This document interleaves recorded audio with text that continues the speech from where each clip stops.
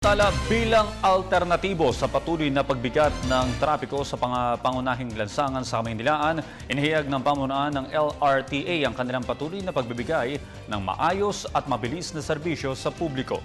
Para sa detalye, balita mo kami Julius Disambro.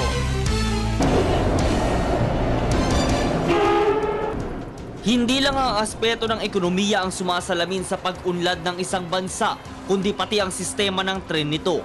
Napakalaki ng importansya dahil sa ibinibigay na tulong sa mga mananakay. Ang mass transit ng bayan, mabilis, konbinyente at naiibsan ng traffic sa Kamaynilaan. Naitala kasi ng pamunuan ng Light Rail Transit Authority na patuloy ang pagdami ng mga mananakay nito simula Enero hanggang ngayong buwan. Humigit kumulang sa 1 milyong katao ang nadadagdag sa total na bilang ng tumatangkilik nito.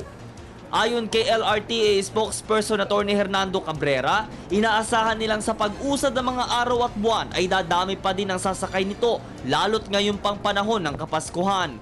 Gaya sa Line 1, naririto kasi ang ilang lugar na dadagsain ng ating mga kababayan. Ang monumento sa Caloocan na siyang binababaan galing norte. Ang Blumentritt Station na kung saan naroroon ng Philippine National Railways. Ang Tayuman Station na maaaring daanan patungong Divisoria.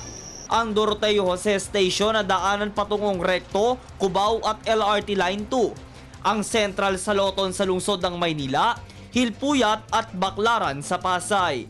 Dahil dito, inihayag ng kanilang pamunuan na patuloy din ang kanilang paggagandahing serbisyo at maging ang pagpapatayo ng ilang karagdagang pasilidad para sa ikagiginhawa ng mga pasahero.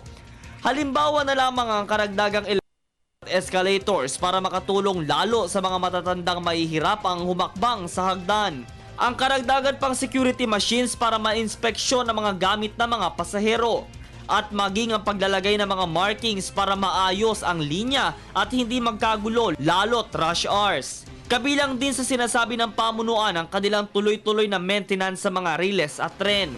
Dahil halos 30 taon na ang mga ito'y ginagawa na nila ito ng paraan para mapanatiling maayos at hindi makakaabala sa kanilang operasyon.